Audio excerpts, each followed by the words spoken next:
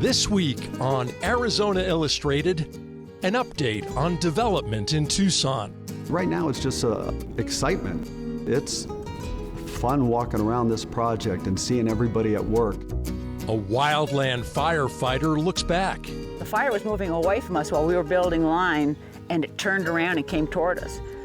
So the only escape route that we had was to run into the black. Invisibility and Resistance resonates today. These forces that have been part of human history forever are still with us.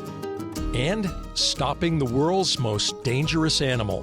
Mosquitoes transmit diseases, including dengue, West Nile. So we try to control their populations.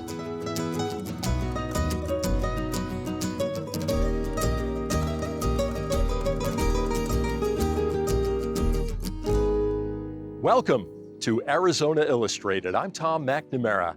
The AZPM crew and I are here on a still very vacant U-Arizona campus. And as you can see, we continue to observe precautions like wearing masks and social distancing. Last week, Arizona emerged as one of the country's newest coronavirus hotspots, with the weekly average of daily cases nearly tripling from the previous 2 weeks. In that time, Arizona saw an average of more than 1,300 new COVID-19 cases each day. This prompted Governor Ducey to give city, town, and county officials the power to enact and enforce requirements for people to wear masks. Many, including Tucson Mayor Regina Romero, did so immediately. The coronavirus has also put the brakes on many aspects of Tucson's economy. Yet the city's skyline continues to transform with major developments. Arizona 360's Tony Paniagua spoke with the leaders of a few notable developments about the pandemic's effects on construction. Forming in the morning hours, a different type of congregation at Tucson's historic Benedictine monastery. Building a project that took years to break ground. In late 2017, the nuns who called this monastery home for over half a century sold it to developer Ross Rolney. In the following months, initial plans that called for 7-story apartments on the surrounding property were met with resistance from the neighborhood. Because all those little blocks and squares and rectangles just don't seem to look like Tucson. But after months of alterations and rezoning, work began in early March on 2 5-story buildings that will house 255 units and parking. You know, a lot of drama, but certainly exciting. Do you feel a sigh of relief right now that you see people at work and building what you had dreamed of?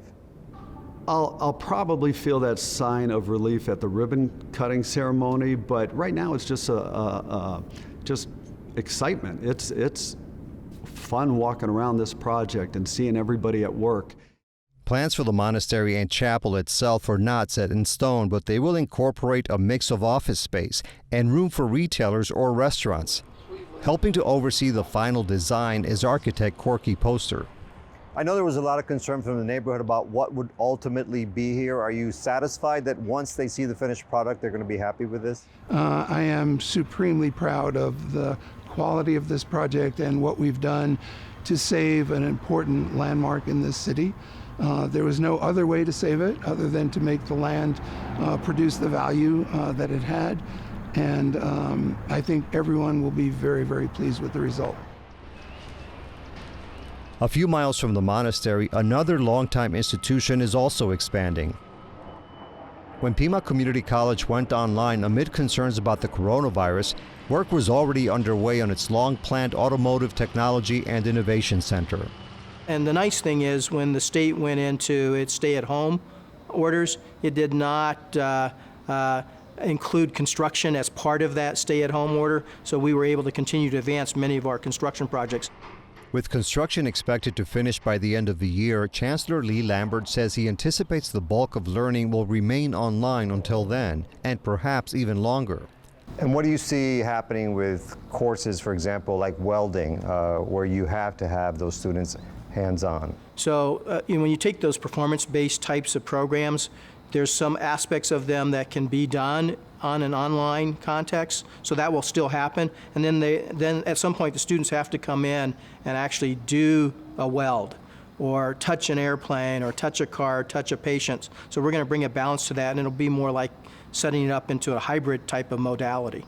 I look at the current set of circumstances as an opportunity. I mean, yes, it's upsetting at one level because it's a major disruption to each and every one of our lives, our lifestyles, and the approaches that we're doing things. But at the same time, it represents an opportunity to move into the future that was already coming. It was coming quickly, but it was harder to sense that future. But now what we've realized, you look at what we've accomplished, we've been able to move everything that we do into a virtual environment. And we did that in less than 2 weeks. For more on this and other top stories of the week, visit Arizona 360's page on our website, azpm.org. At the time of this recording, firefighters remain in the Catalina Mountains combating the Bighorn Fire. Over the past 2 weeks, Southern Arizonans have watched in amazement and awe as they work tirelessly to contain it. Those on the front lines perform grueling and dangerous work that saves lives and property. Linda Strader was one of those, a wildland firefighter.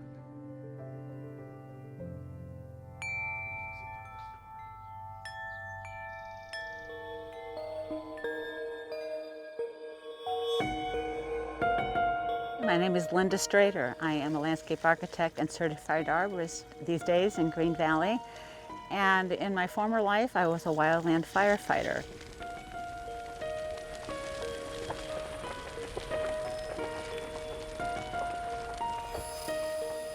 So we are at Florida Station, which back in my day was Florida Ranger Station. And this area is near and dear to my heart.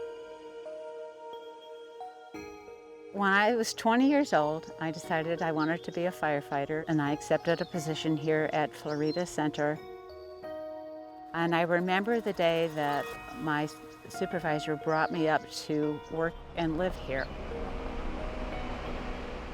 We were driving up the road, and I'm looking around me, and I'm seeing these majestic oak trees and sycamores and a creek, and all these beautiful buildings nestled into this canyon. And I'm thinking, oh my goodness, I just lucked out big time. I get to live and work in this place. I was just amazed at how gorgeous this place was. I knew the work was going to be hard, and I knew that I was going to be facing the biggest challenge. I thought just firefighting, but that wasn't the biggest challenge. I was the only woman, so I found out there was going to be another challenge. The men didn't want me here, so I had to figure out how to hold my own, both work-wise and social-wise, of where I stood with the crew, and I had to prove that, yeah, I belong here just as much as you do, and I did. Back in 1976 was my first summer as a firefighter, and our second fire call was out here in Box Canyon in the Santa Rita Mountains, and we got the call thinking that we would be able to drive to it with the tanker. So we came out here, a narrow winding mountain road with 200-gallon tanker, and got to the site and realized we were going to have to hike in. There's a lot of rock. We're stumbling over cactus and agaves. We're sticking our legs and making us bleed. I mean, it was really a tough hike up there. The fire was moving away from us while we were building line, and it turned around and came toward us. So the only escape route that we had was to run into the black, which is where the fire already burned, because obviously if the vegetation is already burned, it won't reburn there. So we ran into the black and waited, and then the fire went around us. But we were encased in smoke, choking smoke, and just lost track of each other there for a few seconds. So that was a little nerve-wracking, and I don't think I've ever run so fast in my life. A 3-foot tall clump of grass can have flames easily 8 to 10 feet tall. And when that's coming at you like a wall of flame, that's something to see, I'll tell you. I've almost been hit by slurry, which can kill you, and that stuff it's just water, but boy, when that stuff comes out of the bottom of the plane and you get the big slug of that on your head and you can break your neck. Had that scare. I've been a little too close to a tree struck by lightning. That was pretty amazing, and to go back and find the tree in pieces everywhere, and it's just like, oh my goodness. So yeah, we've had some close calls, and everyone does, and I'll have to say that in the 7 years that I did this, I guess I'm really lucky that nobody was ever seriously injured or died around, none of my crewmates or anything, on fire.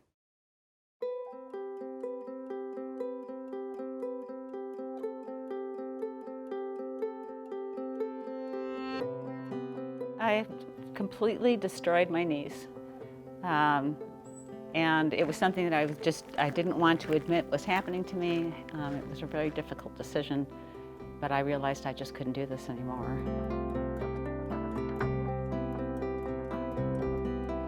I've had an awful lot of surgery. I had to start my whole life all over again. It was tough because I like my current career, but I really loved my job then. And when people would say, well, you're a woman, how in the world can you do this? And I tell them, well, I do. And even that felt good. You know, it's like, I can do anything I want to do. It fed something in me that nothing else ever had. So, you know, I never was out to prove anything to anybody, not even to myself. I knew I could do it, and I just really enjoyed the satisfaction of a job well done and being outdoors. And, you know, I got paid to go hiking. I thought that was the most amazing thing. I get to pay, and I'd camp out. I got paid to go camping, you know, it was great.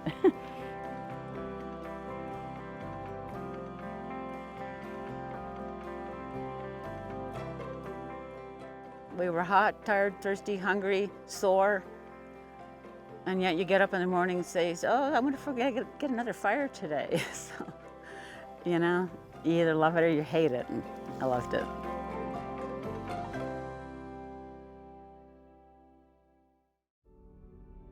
In 2017, in an effort to expand its mission to include contemporary human rights issues, the Holocaust History Center presented an exhibit at the Jewish Community Museum in Tucson. Now, the exhibit included contemporary human rights issues and a look at violence against LGBTQIA+ people. While the exhibit closed 2 years ago, its representations of persecution, acts of solidarity, resilience, and an urgent concern for human rights continue to resonate today. This is Invisibility and Resistance.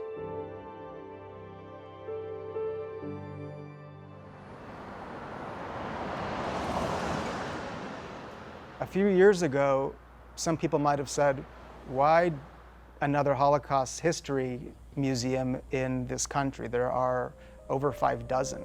And the answer is because this past is always present.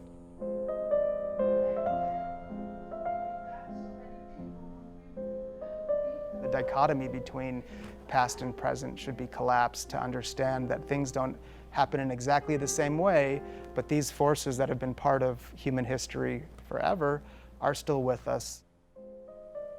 We've developed it with a very particular sort of curatorial ethic, which is to present people as whole individuals beyond their persecution at a given time and place. When you walk in here, something happens. Whether you're Jewish or not, it doesn't really matter. This content around persecution, around dehumanization, around the denial of history, around the stripping of human rights through legislation, around military violence. There's no way that the Jewish community can just take ownership over this vast phenomenon that we have to struggle with as human beings. We have a small space here dedicated to addressing contemporary human rights issues. It's a critical space, even an epicenter on this campus. We're now connecting the persecution and murder of gay German men during the era of the Third Reich to the ongoing persecution of LGBTQ people around the world today. It's stunning. And I mean that in the way of, I came around the corner and felt stilled.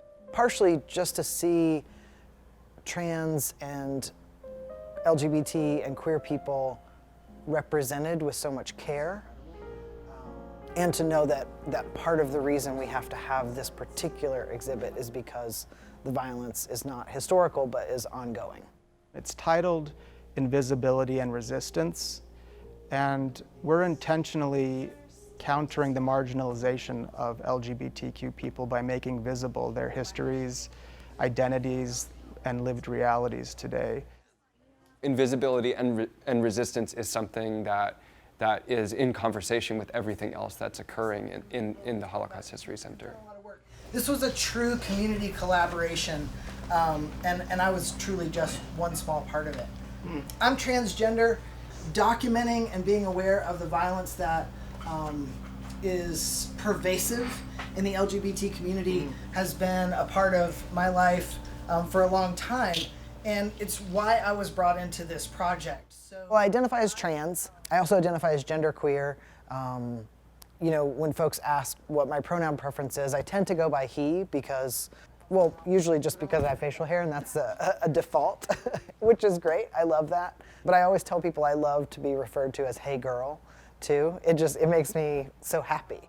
Things to keep in mind is that in 10 nations across the world, being LGBT is punishable by death. According to the Trans Murder Monitoring Project, a trans person is murdered every other day, or about 28 hours. Here in the US, that breaks down to about one trans person is murdered about every 2 weeks. There's never a moment in my day when I'm not trans. I feel like it influences my relationship to the world in really sometimes surprising, sometimes obvious ways. A lot of times I'm asked, well, what can cisgender folks or non-transgender folks do, or straight allies do? And I cannot say it enough. LGBT folks cannot do this on our own. We've been doing it on our own. We truly need this to be your issue too. That was the largest crowd we've ever held in this space. We counted 130 people. And what I loved about that crowd, which is something that we really want to hold here, is that it was incredibly intergenerational. It was also incredibly diverse. I think hope is that something very beautiful and liberating is ahead of us. And that if we suffer, and if we are oppressed, that we will do what is right in reacting to it.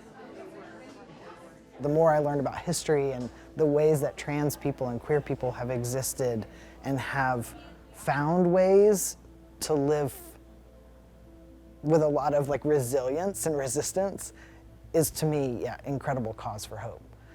Which is not to discount all of the ways that I feel like we may be trying to turn back time on some of that progress. I think this exhibit belongs here because I do think there's a shared root in that when we can other someone or a group of people, it makes them less human. I think it's also part of the human condition to sort of get lulled into this idea of progress as sort of on cruise control. But it takes active awareness and attention in an ongoing way to maintain progress. And that's what this center hopes to do for this community.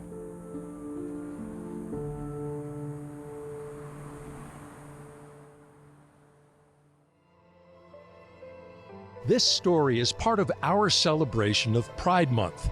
Explore a special collection of films, series, and short stories that explore the LGBTQ experience in the United States and around the world throughout June on PBS 6 and PBS Plus. Nearly 8 million cases of the novel coronavirus have been confirmed worldwide, and at least 430,000 deaths.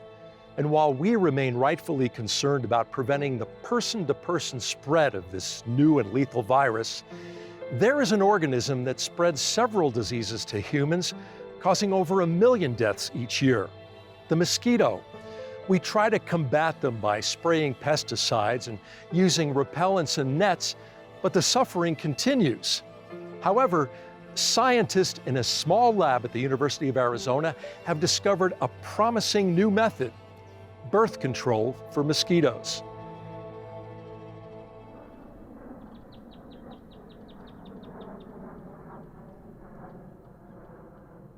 I get here before 7 every day, and actually 7 days a week. 7 days a week, yes. 365 days. Yes, last time I had a break was 2017, September 5th. It's just my routine. It's like you may brush your teeth, same thing. So I come try to get done as much as possible. And Saturday, Sunday, holiday, Christmas, New Year's, every day. We take care of insects, so we have to be with them to learn and yes, so yes, it's like babies. I have to take care of all the stages of mosquitoes. Mosquitoes transmit diseases, including dengue, West Nile, and many encephalitis viruses. And of course, in Africa, Southeast Asia, and it's really deadly. Combined, the diseases infect hundreds of millions of people a year, causing a host of maladies and birth defects, killing several million. So we try to control their populations.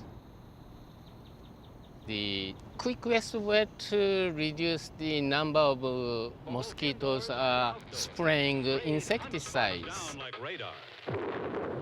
So that will directly kill mosquitoes as well as any other non-target insect. Kills them dead. Created by John. So like cockroaches too. I mean, I don't like cockroaches, so I might spray. Mosquito population control does work. Larvicides, mosquiticides, they do work. The problem is that they kill lots of things in the environment. Mosquitoes get resistant, and when they become resistant, they don't work anymore. So it's very much like antibiotics. There's always a need for new antibiotics. There's always a need for new mosquiticides.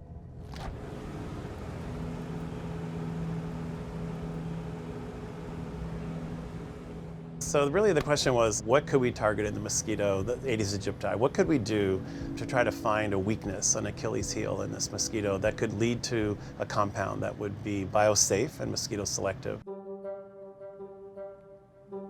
I have to take care of all the baby mosquitoes, and I will choose one of the genes I'm interested in and start micro-injecting mosquitoes.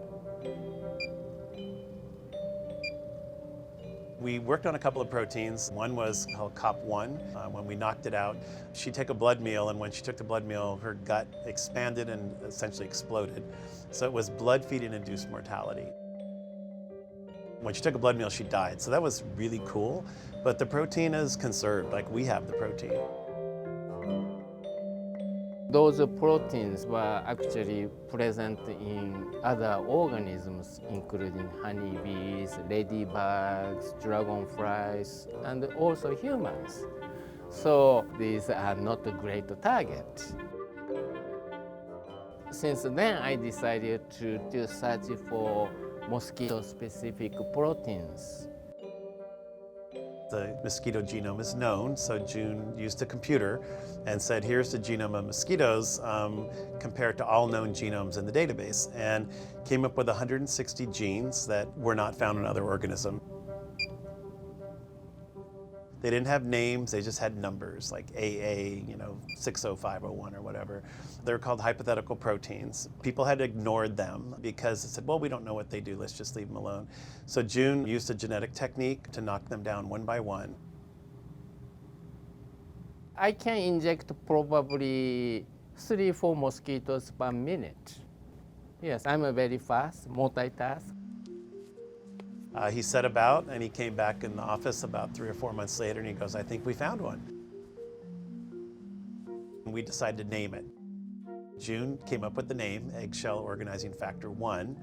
When the gene is knocked out and the protein is not made, so the EOF1 protein is deficient, the eggshell looks fine inside the ovary. So when June looks inside the mosquito, the ovary looks pretty good. The egg is forming, oocyte is forming.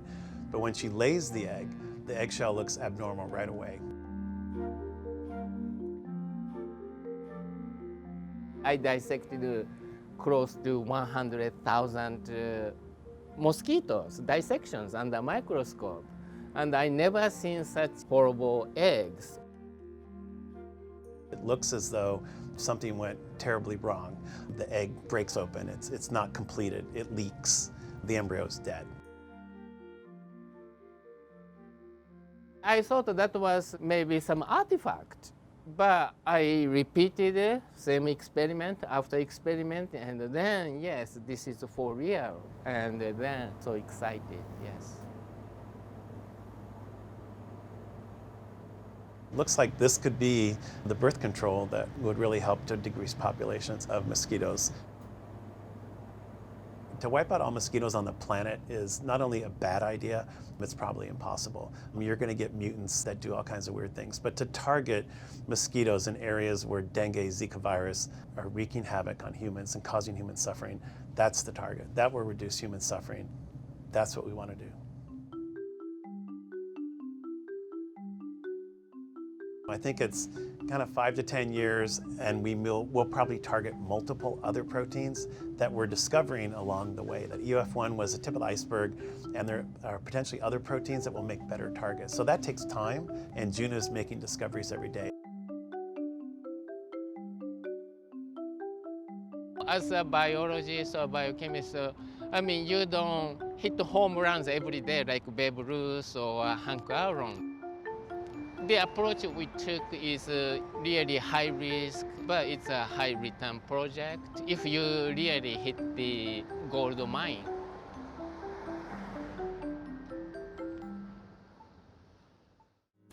Thank you for joining us here on Arizona Illustrated.